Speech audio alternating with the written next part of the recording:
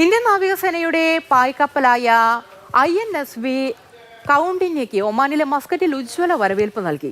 December 29-നാണ് ഗുജറാത്തിലെ പോർബന്ദറിൽ നിന്ന് INSV Kaundinya യാത്ര തുടങ്ങിയത്.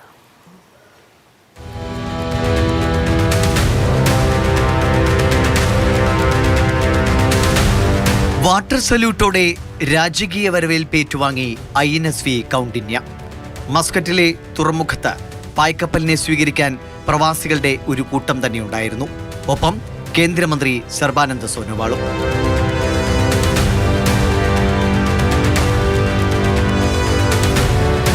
നമ്മുടെ പ്രാചീന കപ്പൽ നിർമ്മാണ കലയുടെ വീണ്ടെടുപ്പാണ് INSV കൗണ്ടിന്യ.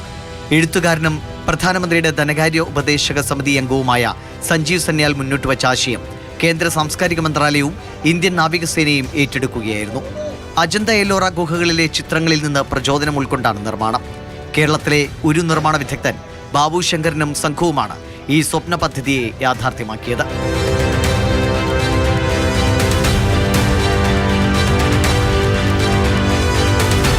ദിവസങ്ങൾക്ക് ശേഷം INSV കൗണ്ടിന്യ ഇന്ത്യയിലേക്ക് മടക്കയാത്ര ആരംഭിക്കും.